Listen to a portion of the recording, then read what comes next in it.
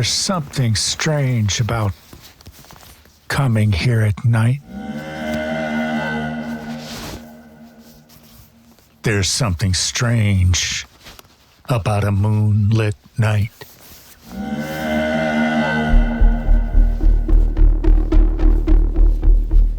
There's something strange. But I don't have to tell you that, do I?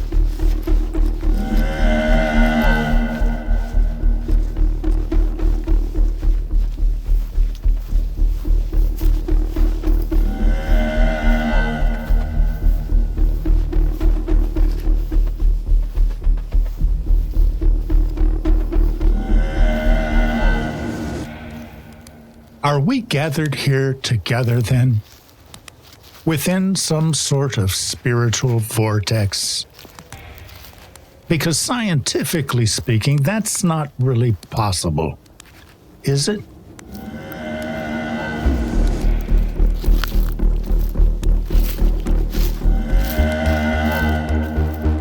Perhaps then all we can do is listen.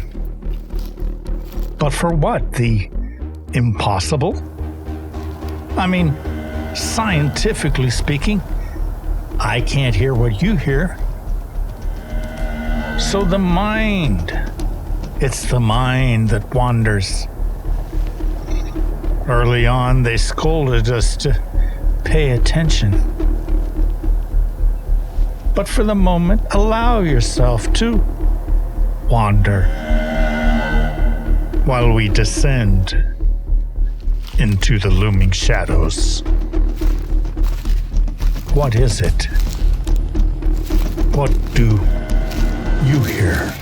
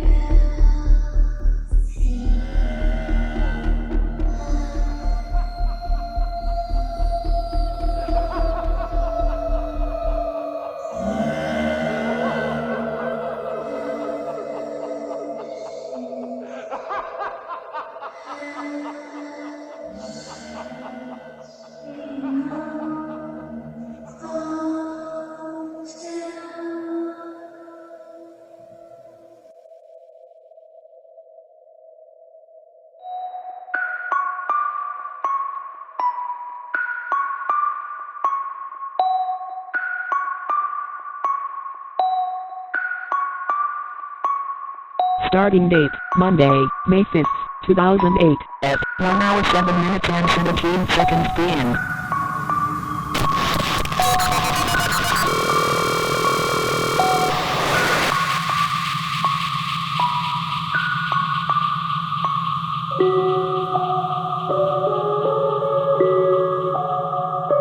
Starting date, Monday, May 5th, 2008, at 1 hour 7 minutes and 17 seconds p.m.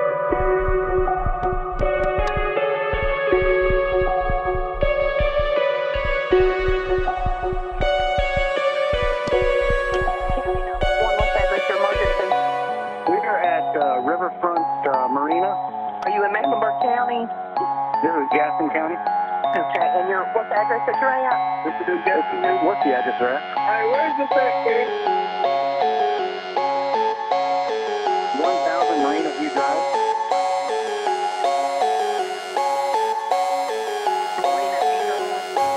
What's going on here? I mean, well, wait a minute. Does that fit, or does that just like not fit at all? Yes, people want to know what happened. Let me put you to Messenger because we don't have. And a lot of times, getting at the truth is not a straight line. It's not really easy. That day was so beautiful out here, there wasn't any clouds. And so if there gets to be an easy narrative, you find what you believe are 120 pieces, only to realize it's a 500-piece puzzle. And then you go out and get 300 pieces, and then you realize it's an 1,000-piece puzzle. to me, everything about this case in particular revolves around context, or any case. Just like an archaeologist can't just take something in a museum case and tell you that much about it. Everything about the context of where something is found establishes its meaning. And so if you take one piece of physical evidence outside of a context, it doesn't necessarily mean anything. This is a strange kind of building mystery.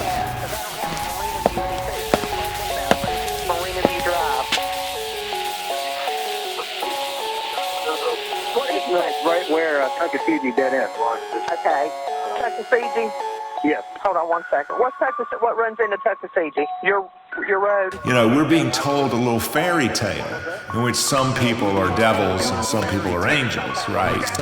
And whenever you have a story which is populated by angels and devils, look out, because somebody's telling a tale. Look out, because somebody's telling a tale. But as I reflected on the conflicting reports of Era's whereabouts that morning, I barely noticed Mother Nature's gentle tempest softly raging just beyond my window pane. The one thing it does do is it makes you want answers. Something about the story. Nobody just stopped by and dropped off a gift. It was a quick. She was there a few minutes. That was about it. That was it. So it wasn't like she sat down. But she stopped there, but she was in and out. We came out at Food Line around 1:05. We seen the life-saving crew and their boat.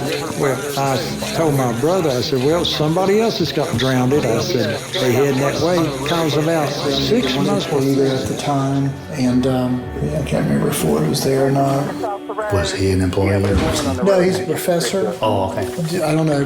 He was a heavier guy, he did computer. He was a regular at Jackson. It's on the right-hand side of the river, about maybe a quarter of a mile down. We can see the jet skis and everybody just going around it. No, there was nothing unusual about it. Nothing unusual. She dropped off that book For the the shot. Yeah, for that. Is it on the bank? So we turned around. I don't know. They just came up and said there was a body floating in the river. He swung out and dropped, and then he never came back up.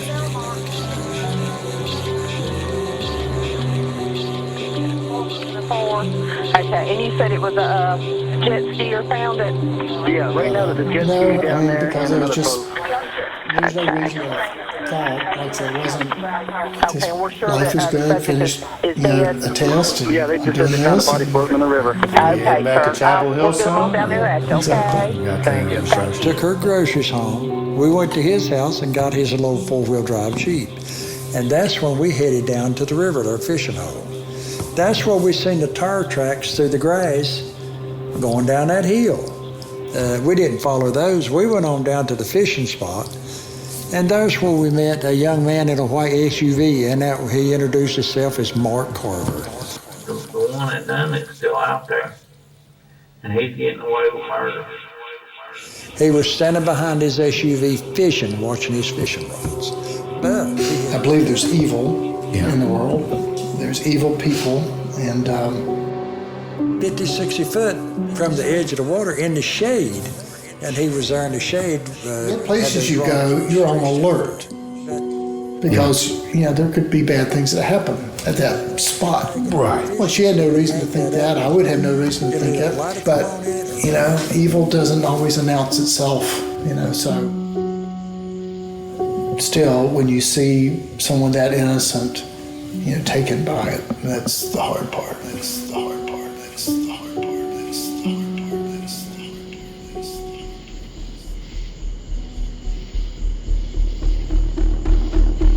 part. The river's calm, almost too calm. as if it somehow knows that I'm here.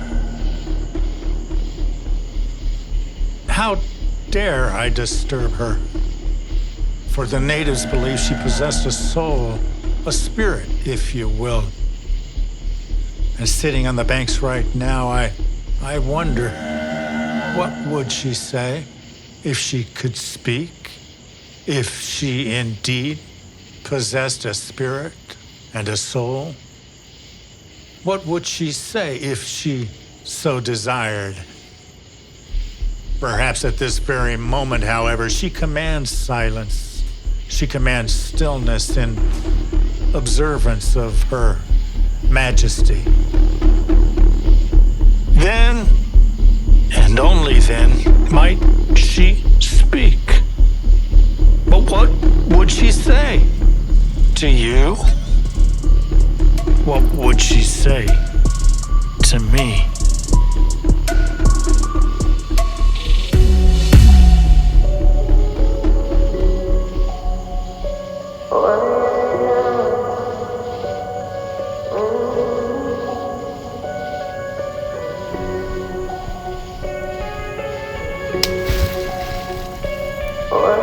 Somebody laid her down after she was dead. Laid her down about 5 or 6 feet. I don't know the exact distance, but it laid her down near the car on the embankment there after she was dead. And just right there was that's where we found her. Just the sun beaming on her face like that. I'll never forget it. The actual keys to the vehicle were right up in this area here. How she got outside the vehicle, well, we can play the what if. Obviously, I don't know how she ended up in the position that she was. We have taken the vehicle and taken it over to Belmar and stored it in their facilities over there for security. And we have done an inventory inside the vehicle. Okay, and we're sure that the subject is dead? Yeah, they just said they found a body floating in the river. Okay, sir. We'll get them on down there at you. I believe that she was accosted and she was killed. And I know she probably had a wallet. It takes a hell of a strong person. Asphyxiation takes a hell of, it's not an instant thing either. It takes a lot of muscle power to kill that person. Struggling too. Struggling. You know, with her feet kicking and struggling. It would take them 5 minutes for at least 5 minutes for her to die. Okay. And you had, I think initially, we had thought that there was a certain amount of staging. And why would that be? I mean, that's part of it, I would presume. Well, I'm not seeing the close up of any of the body. Right. See, I need to see close up of the body to make that kind of statement. Okay. But I don't know why this suicide thing ever come into play. Who commits a suicide, using the car or whatever, then steps about 5 feet from the car and lays down? Right. I mean, I don't even know where that would even come into play. Somebody laid her down. Another thing you have to consider too is the bungee things they were talking about, them coming out of the trunk. Yeah. Well, how are you going to restrain a victim and use a car key to open a trunk and get those things out at the same time with just one person? Right. So you're thinking it might have been 2 people. Might have been 2 people involved in that. That's right. That's interesting. That's interesting. Because most crime is opportunistic. It was a quickie, done and out. Right. Yeah. And that's what kind of perplexes me, is that why they would take the extra time to pull the body out. You know what I mean? There's some sort of, if the body was in the car or... Because they're trying to haphazardly get rid of the car. Right. But it didn't work because they hit that damn tree. Gotcha. So they may have been taking the body out to dump it in the river or send it downstream or... Yeah. Something like that, and they might have been interrupted by the jet skiers that were coming upriver. I suppose that's one, I guess if we were following that theory just initially, that the car was supposed to go in the water and everything was supposed to disappear. If it didn't, now it's like, well, let's get the body in the river at least, or something like that. for various reasons. I mean, do you think that's a possibility? Yeah, he tried to keep her in the car and try to send her in the car in the river. In the car. In the car, that's right. And when that doesn't happen, you know, they go to plan B, something. And see what starts happening now is panicking. The time seems to be speeding up a lot more when you're in a situation like that. So the best thing to do is just leave it all behind and just get out of there. Right. Yeah. You would think so, wouldn't you? So it was if they were going to go to the extra step of doing something.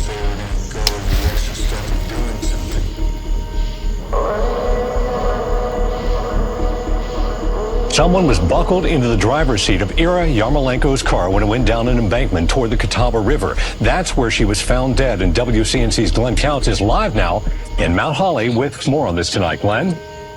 Well, Dave, from this new information, it looks like someone was trying to make this murder appear like an accident or a suicide. Everything is centered on the driver's side seat. This is where Irina Yarmolenko was found murdered. Investigators are finding new clues out of her car. Highway patrol experts have examined the car's computer. From their examination, what they're telling us is that the front seat driver's seat belt was engaged, and there was enough pressure in the seat to indicate that someone is sitting in the driver's seat. That someone could have been the killer. Investigators theorize that the killer had hoped the car would go into the river. It was stopped by a tree stump. We can say that that vehicle was running at the edge of the water because we know the vehicle was put in reverse and the front wheels spun backwards as if someone's trying to back that vehicle up. Investigators have not said if Yarmolenko was killed on the riverbank or before her car was sent there. The body of the UNCC co-ed was found outside of the driver's side door. That doesn't tell us, give us enough information to say who did this particular crime or lead us to focus on one individual, but it certainly does give us more information as to the series of events that took place at that riverbank. Well, clearly someone else was involved. The car's computer cannot tell police when he or she might have gotten inside that car. For that, officers are hoping that somebody out there in the community might have seen her with someone and give them the call. And believe you me, they are looking for as many of those calls as they could possibly get. Reporting live from our WCNC mobile newsroom in Mount Holly, I'm Glenn Counts. Organized. Now, in terms of staging a scene, is that kind of your conclusion? Somebody that would stage a scene like that is likely to be somebody that's organized, as you mentioned, in their daily lives? Somewhat organized. What I believe, and I hadn't seen the photographs or read the crime scene case files, details, but I believe that she was accosted and she was killed and possibly sexually assaulted. She was moved in her car by the person. The person positioned the car in that position themselves.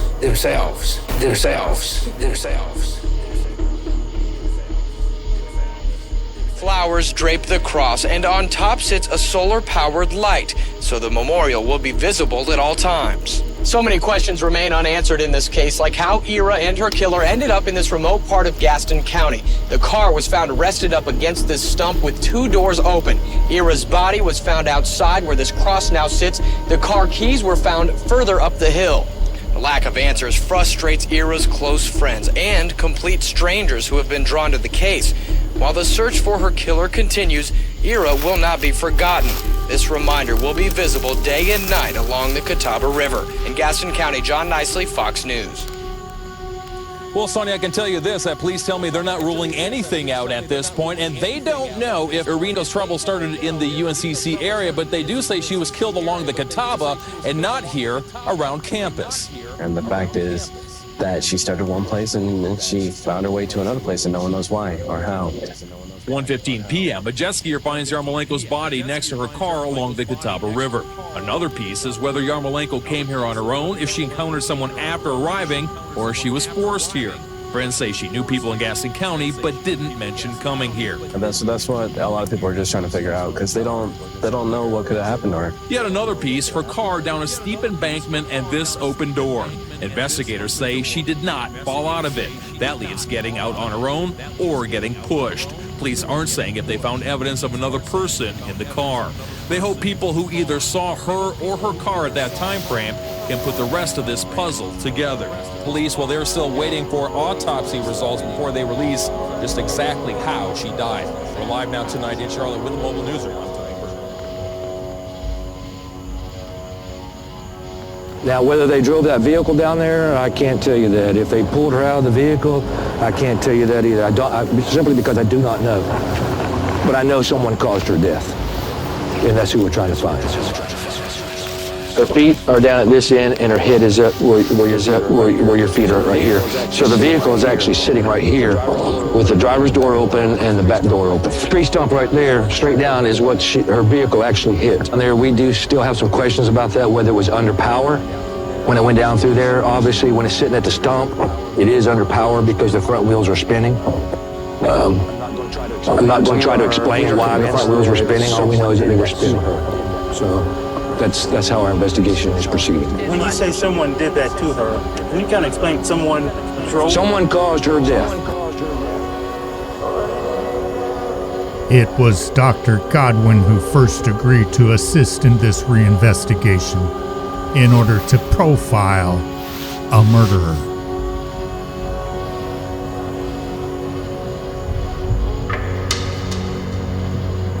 They put the car down there themselves like that, and then they left her in that position beside the bank, the river bank, and they stage. In other words, their actions just didn't happen just to be doing something, and it just fell in place. The crime just wasn't going on and on and on, and the car just happened to land there, and she just happened to land there. It was purposely put there in place by the killer. So if you purposely place the car and her in those locations, then you stage the scene. And staging is for one purpose. It's to make the authorities, the police, think one thing when it's supposed to about the crime scene is to thwart the police investigations, to give the police investigators to throw them off on the investigation, to throw them off, make them think one thing when actually it's the other.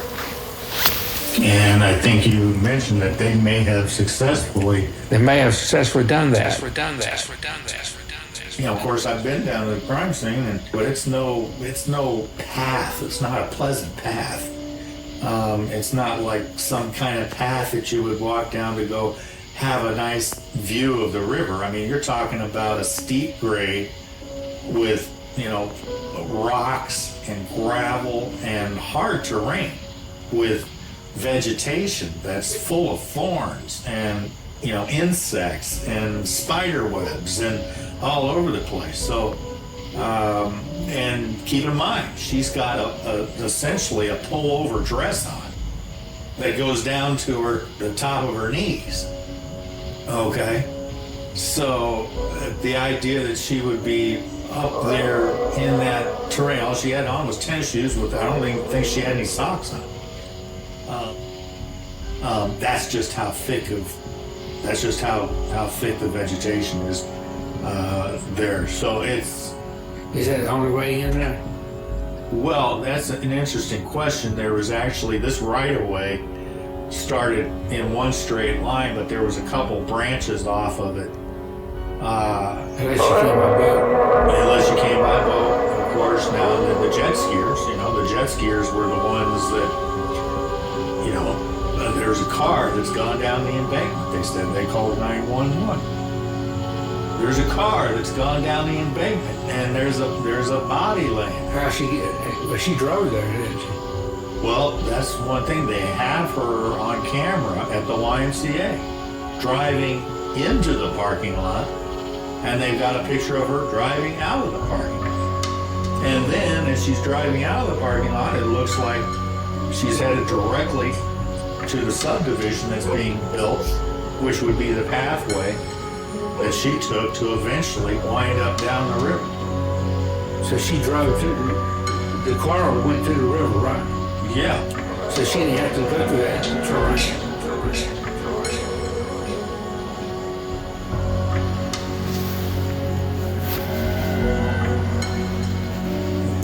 In terms of the initial first impressions of the scene and like I said, I'm approaching this case as a stage scene.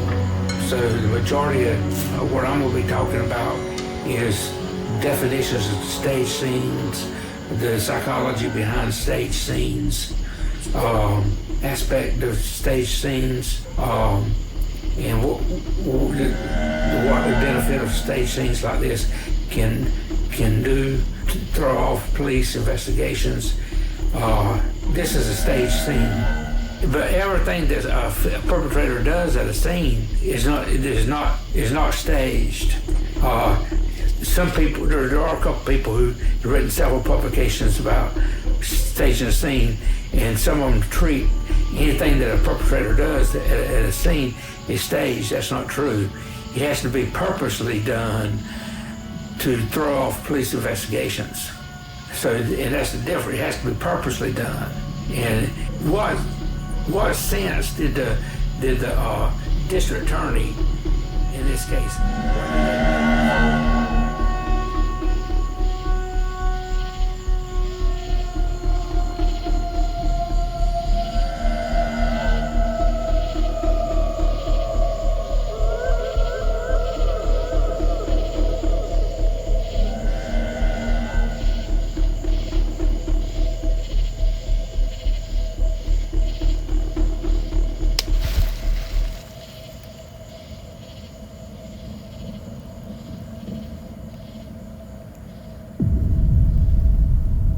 The field of criminal profiling. It's the science of observing the actions at a crime scene for the purposes of identifying the characteristics and behaviors, the personality traits of a killer. Profiling seeks to uncover their identity and to quicken Lady Justice. Dr. Godwin is a leader in the field. His book, Hunting Serial Predators, ushered in new groundbreaking profiling methods while detailing many weaknesses in current profiling methods utilized by the FBI. He advocates a multifaceted model. His studies have identified 76 different crime scene actions a murderer may engage in during the commission of a crime. The sum total of those actions attributed to a single offender represents their signature, that is, the unique manner in which they kill.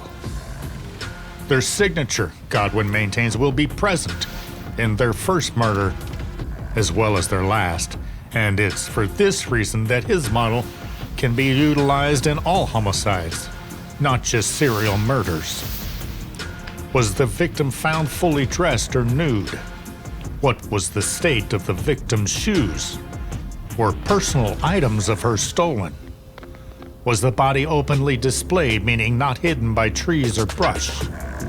How was the victim subdued, by a blitz attack or some devious con or ploy? Was her face covered? Was there an attempted sexual assault or actual intercourse? Or evidence of anal intercourse? Were bite marks present? These are just a few of the crime scene actions studied in Dr. Godwin's work. He's providing a framework which investigators can use to classify an offender's overt as well as subtle crime scene behaviors. But again, studying how the crime was committed is only half the problem. How can that knowledge be applied to unveil and indeed unmask a killer? Godwin suggests that the way a murderer treats people in his daily life when not offending may actually affect the way he carries out his crime. In other words, a criminal's behavior at a crime scene is shaped in part by his daily life experiences and his interpersonal relationships with others. Was his attack on the victim an emotional assault? Or was she simply a convenient object the offender used to vent his internal rage? Were his methods careful and cunning? Or were they careless and brash? Reading advanced psychological theories, the Oedipus complex by Freud, the phallic stage of psychosexual development, it's rather in-depth reading, not for the faint of heart. Dr. Godwin's book, Hunting Serial Predators, encompasses a spectrum of deep psychological theories. It's also not for the faint of heart. Yet through it all, Dr. Godwin offers an empirically sound and practical approach within a 4D model framework which may be helpful to any investigator who may find themselves on the hunt for a killer. Using his multifaceted approach, a silhouette of the murderer emerges. But what does it look like in this case?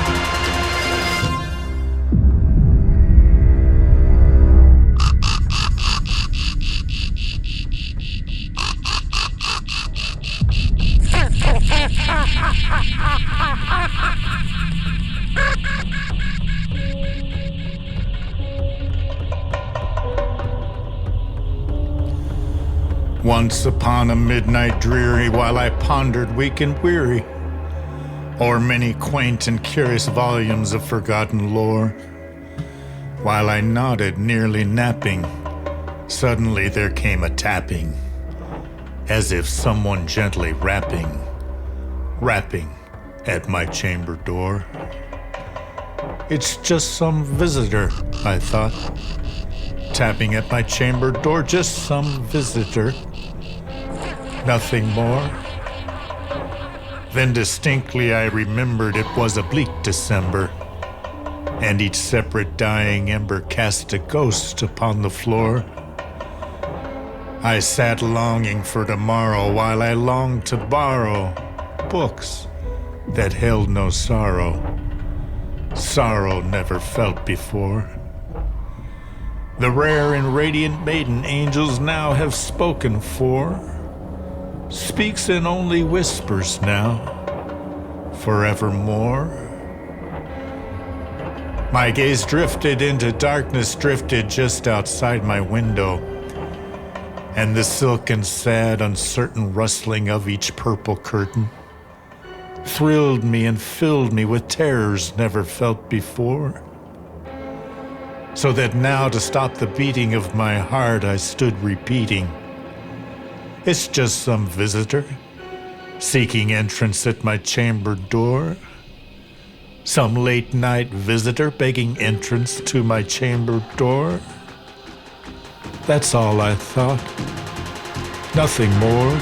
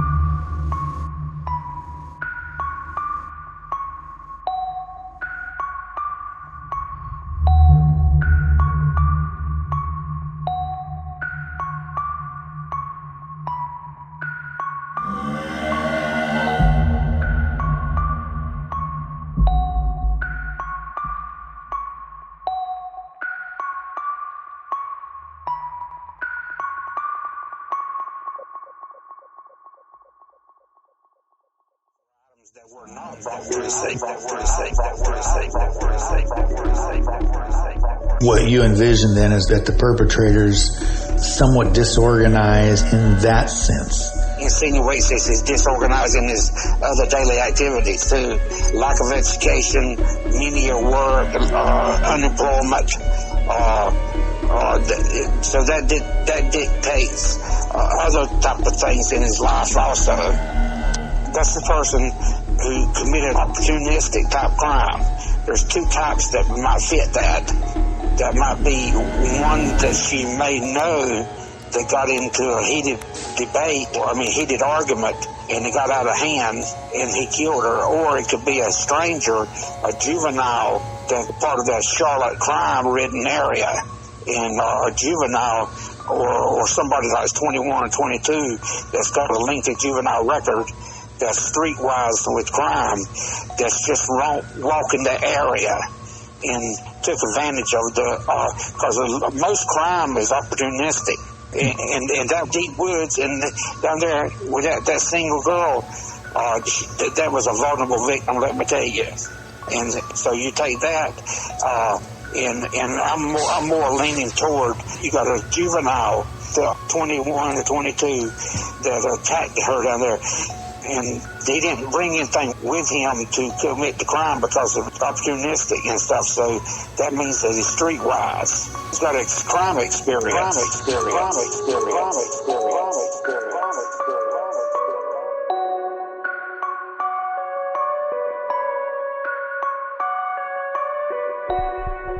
The person tried to haphazardly get rid of the vehicle.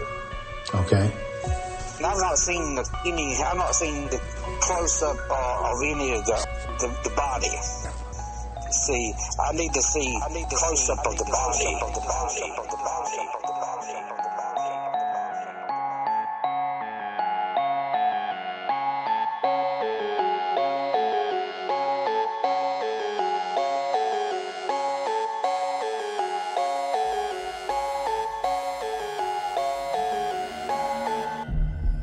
Yeah, I understand. We should be getting some more photographs and stuff like that so you can make that analysis. Okay, so you need the actual photographs of how she was positioned in relation to the car, how her body was laying, and that sort of thing. Oh, yes, I definitely need that. But right now, as far as what I can see and tell and what I'm from reading and looking and seeing and everything. Yeah. My profile says that this is a juvenile delinquent from age 16 to 21. Very familiar with the area, lives within 3 to 4 miles in the area, and he hangs in the area, and he came across her in time and space. Just an opportunistic thing, and he took advantage of it, killed her, and his street smarts and stuff has allowed him to get by with his crime. Okay. So that's kind of what we're looking at this point. What I'm working on is, just like I did in that second podcast, in that second Washington State case, I reviewed what I had, right. Developed the criminal profile, and it was spot on. Right. And that's what I'm going to do in this case, too.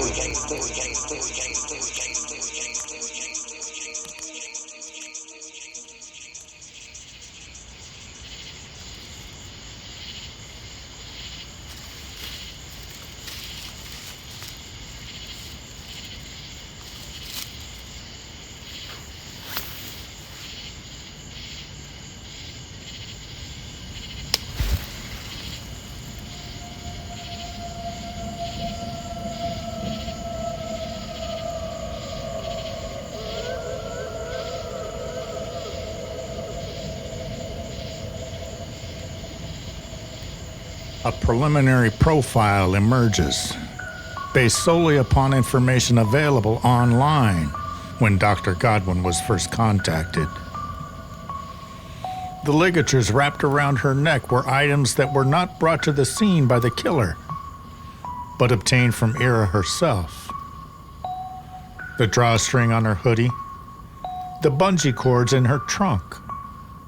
All suggest an element of disorganization on the part of the offender, perhaps evident in his daily life. Lack of education, menial employment, perhaps a history of unemployment.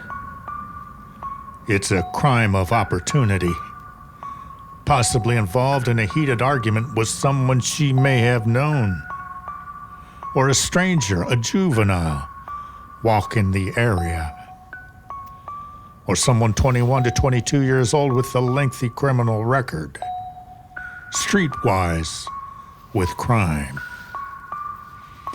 But Dr. Godwin's got to have the pictures. Ira lying next to her car on the banks of the river. He needs this information to glean the actions, the behavior of the perpetrator, his execution of the crime. Godwin needs to see the crime scene in order to truly peer into the mind.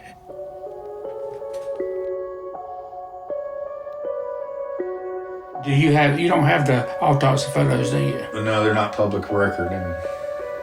No, they're not. But you can make, I'm doing it right now with a case here. Oh, yeah? And I've done it in the past. You can make appointment and go up there and see them. They just don't release them to the... That's right. Interesting. You can make an appointment, and I've done that in the past. Where do you go to, Raleigh? Where the Raleigh Office of Chief Medical Examiner? That's right. Yeah, I've done that. I did that with a case out of Raleigh. I made an appointment and went up there, and they came out there and put it on a slide, PowerPoint slide. Let me look at them. No kidding. And did they ask you for any credentials, or you just... No. You just had the case number? They knew who I was. They knew who you were? Yeah. But was that a requirement? In other words, can the public show up? Okay, with a case number or a medical examiner report, autopsy report, and said, I'd like to view? They knew who I was before I would come up there. They stayed in there with me while I watched it. Okay. So they want you taking pictures and stuff? No. Yeah. Now you can walk up to the screen and look at something closer if you want to. What is it in the autopsy photographs that Dr. Godwin believes may deserve a closer look? Could this be a prelude of what's to come? And on the matter of public records, what is it we're entitled to see? When Fedora initially contacted the North Carolina Office of Chief Medical Examiner to obtain copies of Ira's autopsy, an employee there indicated that the autopsy had been sealed and was not available to the public. This was rather unusual. You see, when a criminal investigation first begins, it's typical for detectives to request the autopsy be sealed, as it contains critical information pertinent to an ongoing investigation. But at the time of our request, the investigation had long been closed. In fact, Mark Carver, the fisherman, was then in prison. So as podcasters, what do? We need access to the autopsy records in order to reinvestigate this crime. So on our own, we filed a motion in Gaston County to have the autopsy records unsealed. Initially, the district attorney's office indicated they saw no reason to have the sealing order remain in effect. But unfortunately, we could never get the motion to actually be put on the calendar once filed with the clerk so that a judge could hear the unsealing record request. And we were not given any reason why the motion could not be scheduled. It was disappointing in the sense that Gaston County, where the trial had initially been held, had otherwise always been rather cooperative with our records requests. So what could we do? File another motion to ask that the first motion be recognized? Was there something in that autopsy file they'd rather us not see? Fortunately for us, we found a local attorney who specialized in assisting the press and the public in gaining access to public records when public officials are less than cooperative. What are public records, and what do we have rights to see as members of the public or as members of the press? In the next episode, we delve into those very questions with Charlotte's own John Buck, an attorney at law, specializing in public records requests. Will he be able to help us gain access to Ira's autopsy report, as well as the autopsy photographs requested by Dr. Godwin?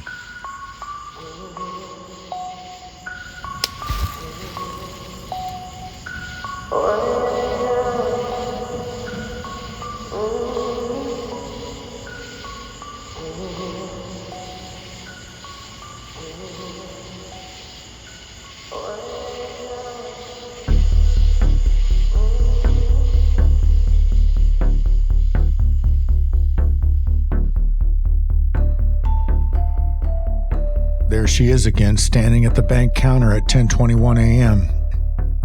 It's going to take a couple more minutes to wrap up her transaction and drive off in her car, so she's leaving the bank no sooner than 10:23. The timeline question has always been, what was her next stop? Scenario A is it's the Goodwill to make donations, while scenario B is it's across the street to the coffee shop to drop off gifts for coworkers. If we assume scenario A, where after the bank Ira's off to the Goodwill, we have her on camera driving into the Goodwill at 10:33. So leaving the bank at 10:23, that's a 10-minute trip. Now, we've timed that route several times. The first time it took 11 minutes, then it took us 8 minutes, then it took us 7 minutes, and then finally 6 minutes was recorded by Detective Terry. So Ira taking 10 minutes to get there from the bank is reasonable given the number of stoplights along the way. Now we know she's at the Goodwill for 2 minutes dropping off donations, driving away from there at 10:35, and in this scenario, her next stop is the coffee shop. Now in the last episode, we learned that the employee and the patron there at the coffee shop that morning could only verify that Ira had come in that morning. They weren't really sure what time she was in. It could have been 10:30, 10:40, 10:50. They just weren't sure. And since there was no timestamp video of Ira at the coffee shop, we simply cannot independently verify exactly what time she was there. That's the whole reason there's a timeline mystery in the first place, because every other place she went that morning, up in the campus area, we have time-stamped images of where and when she was at.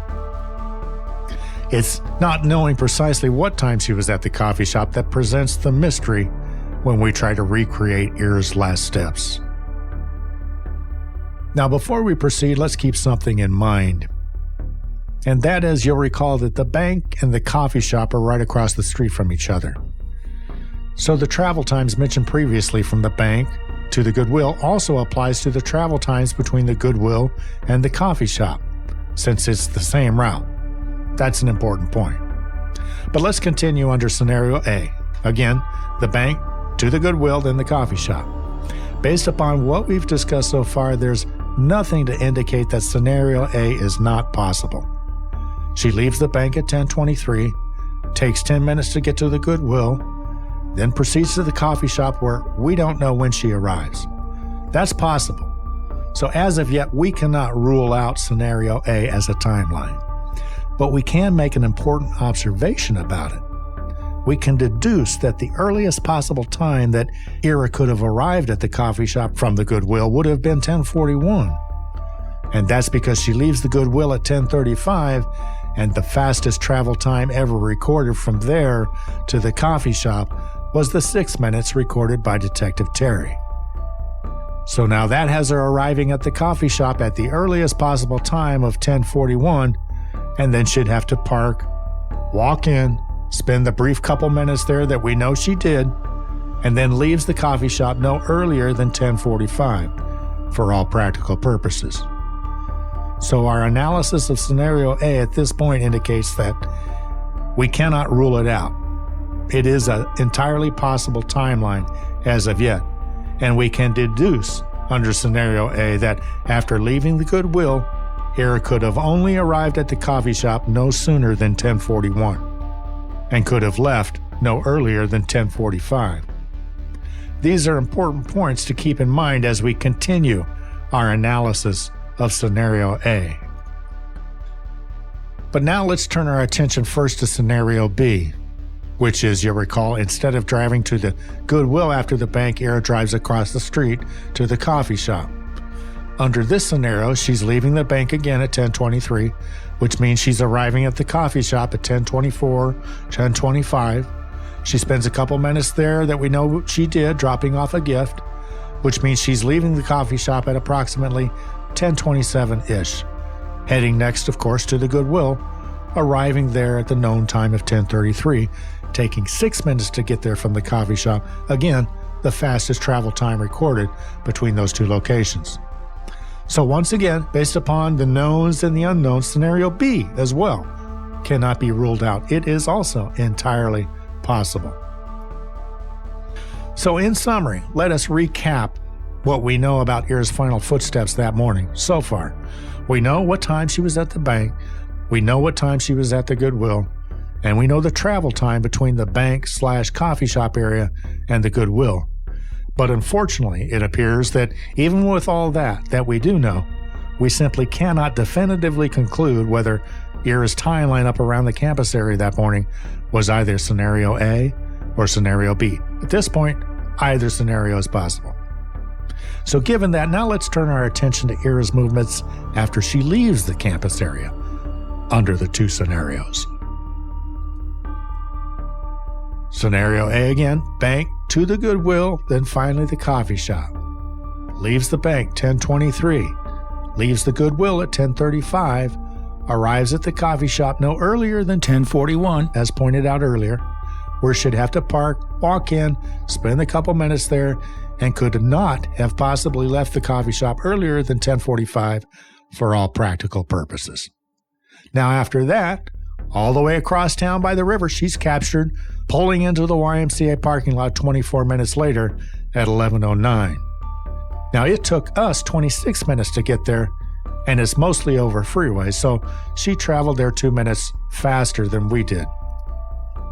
The question is there something peculiar about this extended elaboration of sequence of events under scenario A to the river? And the answer is yes.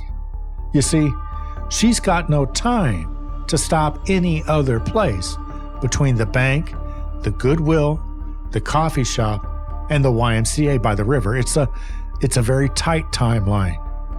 She leaves the bank at 10:23-ish, heading to the Goodwill. She's seen leaving the Goodwill at 10:35. She then has to hustle to the coffee shop in record time, 6 minutes, to arrive there by 10:41. And why does she have to hustle to get there by 10:41? Because ultimately, she has to arrive at the YMCA across town down by the river at 11:09.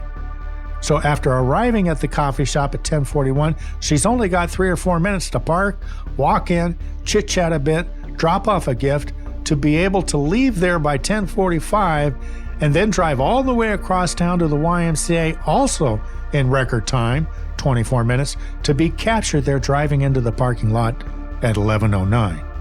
There's simply no opportunity to have stopped any other place after leaving the bank other than the places that we know, which is the Goodwill and the coffee shop. But now let's turn our attention back to scenario B and follow it to the river. Scenario B, you'll recall, is she leaves the bank, then drives to the coffee shop next, then finally the Goodwill. We know she arrives at the Goodwill at 10:33 and leaves 2 minutes later at 10:35. And of course, under scenario B, after leaving the Goodwill, she travels all the way across town to the YMCA by the river and once again is captured on camera there entering the parking lot at 11:09. Now that's a 34-minute trip after leaving the Goodwill, but we traveled that same route, and it's mostly over freeways, and there's only one logical route to get there, and it took us 25 minutes. Why did it take her 9 minutes longer? So the difference between her travel time and ours, the 9 minutes, is significant. Why does Ira arrive at the YMCA 9 minutes behind us? Where was she during that 9-minute gap? What was she doing? As the story unfolds and as we continue to keep coming back to the timeline, we want to embed and instill scenario A and scenario B into our minds. Scenario A, the bank, then next to the Goodwill, then the coffee shop, then finally the YMCA. As of right now, we know that that timeline is entirely possible based upon what we know. And we have deduced that if this were indeed her timeline, she would have had to have traveled this route expeditiously, at a fast pace, with no time for any intervening stops between the bank, the Goodwill, the coffee shop, and the YMCA. Now, scenario B was the bank, then to the coffee shop, then to the Goodwill, then finally to the YMCA. And we know as well that this timeline is entirely possible, based upon what we know. And if it is indeed representative of her final steps that fateful morning, the burning question becomes, where was Ira during the mysterious 9-minute gap? The gap in the travel time between the Goodwill and the YMCA, where we don't know where Ira was or what she was doing. Either scenario is possible, based upon what we know and what we don't at this point. But the burning issues remain under either scenario. Under scenario A is, Ira's got no time to make any other stops after leaving the bank other than the ones we've discussed, which was the Goodwill and the coffee shop.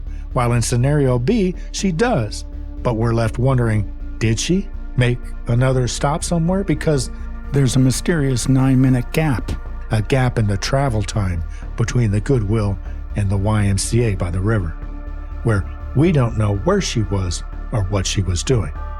In either scenario, it appears now that we have new facts and questions upon which to reflect.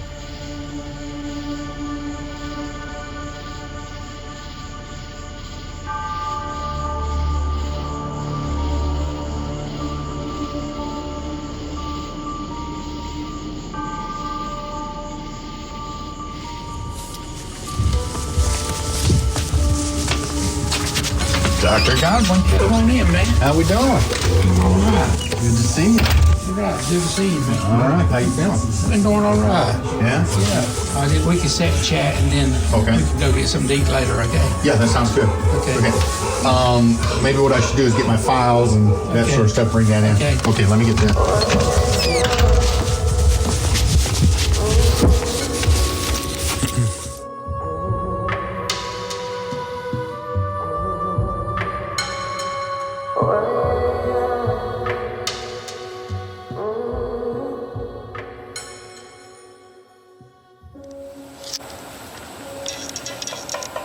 There's a little bit of a waterway that circles behind the YMCA.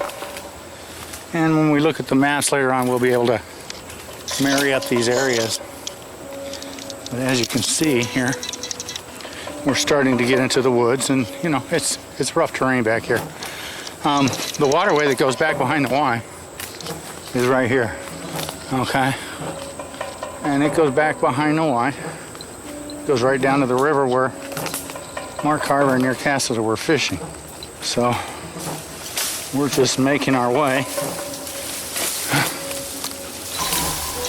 back. Now, as you can see,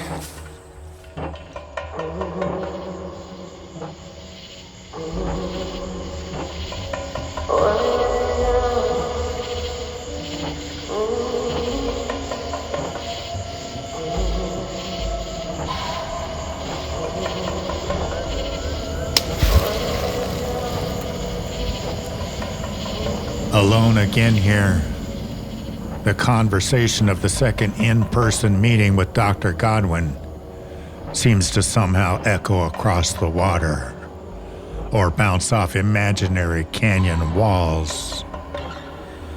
He's reviewing what he needs, what he's been asking for all along. Being led live now as if by the hand, down to the river for the first time. He studies the video intently, hardly making a sound. Silence, at times, is best left unbroken, while a new link appears in the ether. Crime scene. Soon he'll have some of the images he's been requesting. Not a single detail is hidden from his trained eyes, and soon we'll know what's been going through his mind.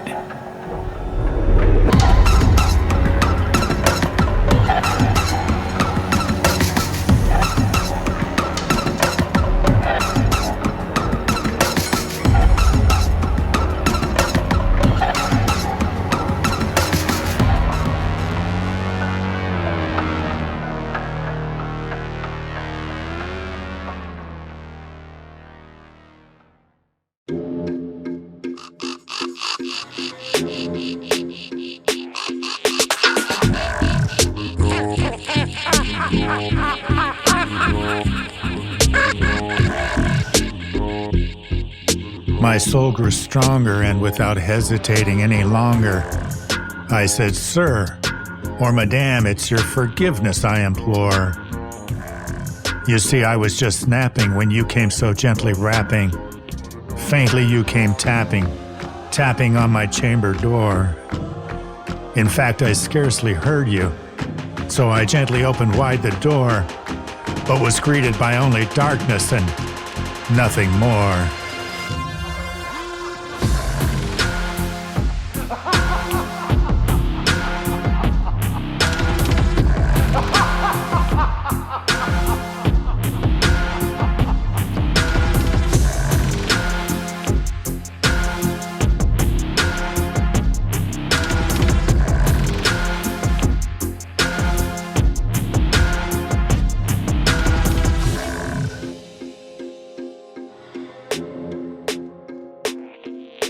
Deep into that darkness peering long, I stood there wondering, fearing, doubting, dreaming dreams no mortal ever dared to dream before.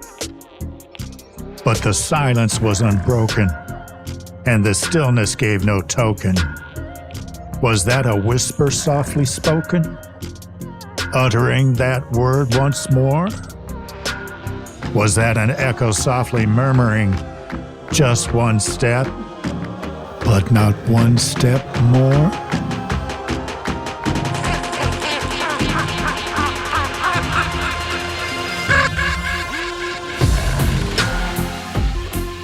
We know Ira was on campus that morning,